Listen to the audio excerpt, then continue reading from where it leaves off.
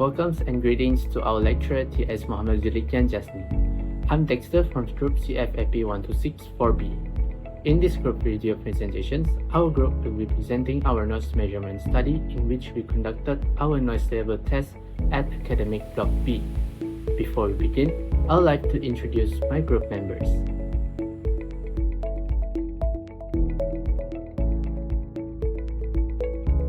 Let's start with why we did this research. Noise. Noise, especially in an academic setting, can affect our focus, stress level, and even our health, whether it's from traffic, loud conversation, or footsteps. Unwanted sound can make it harder to concentrate or feel comfortable while studying.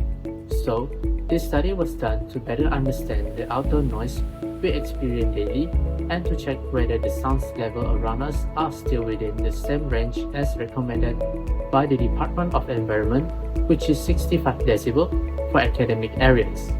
Our goal was to collect real-time data during a busy time of day using a smartphone sound meter.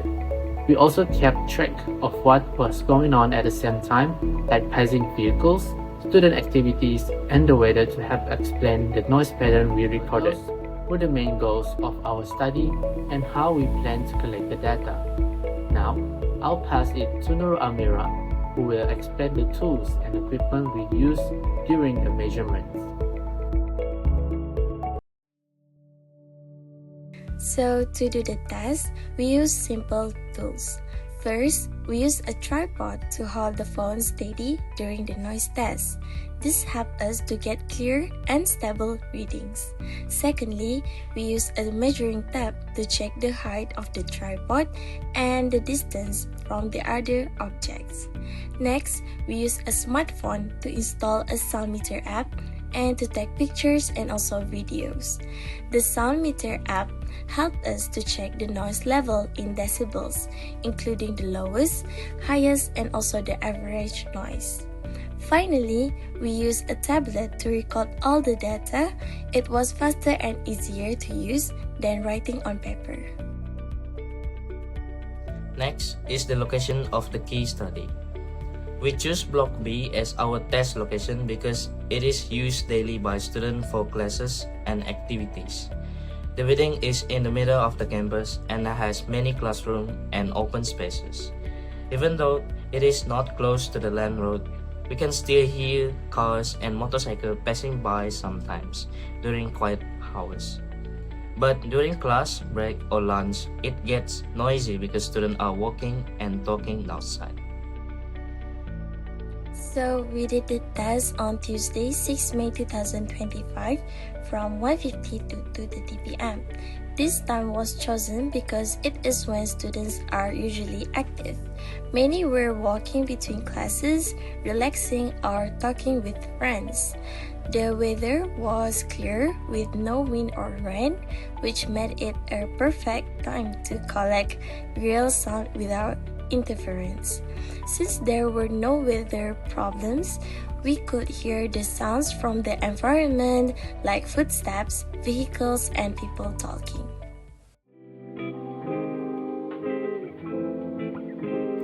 First step, you have to download the Sound Meter app in Google Play Store.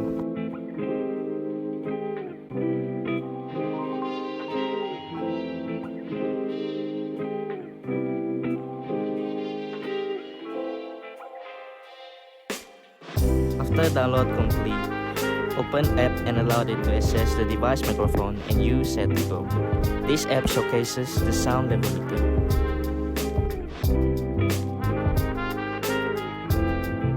The decibel by gauge the minimum, average, and the maximum decibel value as well as the display of the decibel by graph line.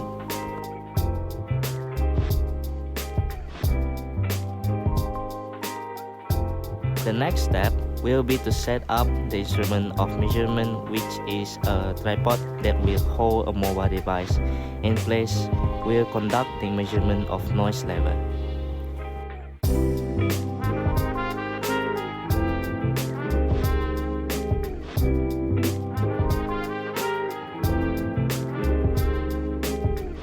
Next, place a phone on the holder and ensure that it is held tightly to reduce the chances of it to falling down. Once everything was set up, we launched the sound meter app and started a 1-minute timer. At each interval, we quickly recorded the decibel reading and noted any noticeable surrounding noises to mark in our data table. This time-lapse show our 40-minute sound level measurement conducted on May 6, 2025 from 1:50 to 2:30 p.m. at Academic Block B. We recorded minimum, average, and maximum decibel levels every minute as part of our sample measurement procedure. Step of precaution. At Block B, UITM Campus Marahan, we did the noise measurement carefully and follow all the important safety steps to make sure the data we collected was correct and reliable. The table below shows each step we took, with simple explanation to help understand the process. The first step is to calibrating the equipment. Before we started measuring the noise, we made sure the smartphone sound meter app was working properly. This helps to get correct readings. We also check the app before and after the test to make sure everything stayed accurate following the proper instruction. Next, we have to choosing the right weather. Weather can affect noise readings. To avoid problems like wind or rain, we did the test on a clear day. Next, we have to keep the phone steady. We used a tripod to hold the phone still. We made sure it was on a flat surface and the legs were locked so it wouldn't move during the test. After that, we have to put it stay away from walls and windows. We didn't put the phone near walls or window because they can bounce sounds and mess up the readings. This helps us hear the real background noise. And lastly, we have to write everything down. We wrote down all the steps we did, like how we set up the tools and what the weather was like. If something would happen, we noted it down too so we could explain it later. Now move on to the result of our noise test. The average noise level that we recorded was about 60 decibels. This is within the safe limit set by the Department of Environment (DOE) for academic buildings. Some of the noise we heard included cars and motorcycles passing by, students talking and walking, and footsteps and general outdoor sounds. The sound levels changes slightly from minute to minute depending on what was happening around us. Now, I will explain the factors that affect the noise. There were a few main things that affected the noise. First is traffic. When more vehicles pass by, the sound became louder. Motorcycles especially made more noise. Second is building surfaces. Hard walls and floors reflected sound, making it seem louder in certain areas. Third, time of day. The area was noisier in the morning and afternoon when people are active, but quieter in the late of evening. Fourth, student activities. When students walk, talk, or move chairs, it added to the noise. Fifth, distance. The closer we were to the road or walkways, the louder the sound. As our conclusions, let's move on to what we found.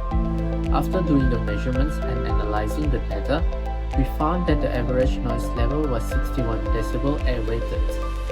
Sometimes it was a bit higher, especially when cars or motorcycles passed by or when there were a large group of students, but it still stayed below the DOE limit of 65 decibel air-rated. The main sources of noise were vehicles, footsteps, group conversations, and environmental echoes caused by surrounding hard surfaces. Even so, the noise level was still acceptable and didn't go beyond the safe limits. That means the area is suitable for everyday students' activities like group works, casual discussion, or just relaxing between classes.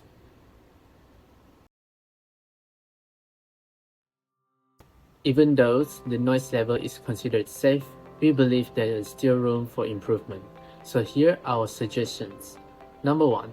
Take more measurements on different days and different times, including weekends and exam periods, to get clearer and more complete pictures. Number 2. Create a noise map of various locations around campus to see which spots are the loudest. Number 3. Use plants or sound-absorbing walls near noisy areas to help reduce the sound. Number 4. check classroom indoors too, so we know how much of the outside noise is getting in. Number 5. Use better tools to separate different kinds of noise like traffic versus students' voice. Number 6, which is the last one, ask students and staff how they feel about the noise. Compare what they say with what we measure. These steps can help make our campus more peaceful and improve the environment for everyone. That's all from our group. Thank you so much for listening our presentations. I hope this helped you understand the purpose of our study, what we discovered from the measurements, and some ideas we think can help improve the noise environment. That's all. Thank you once again.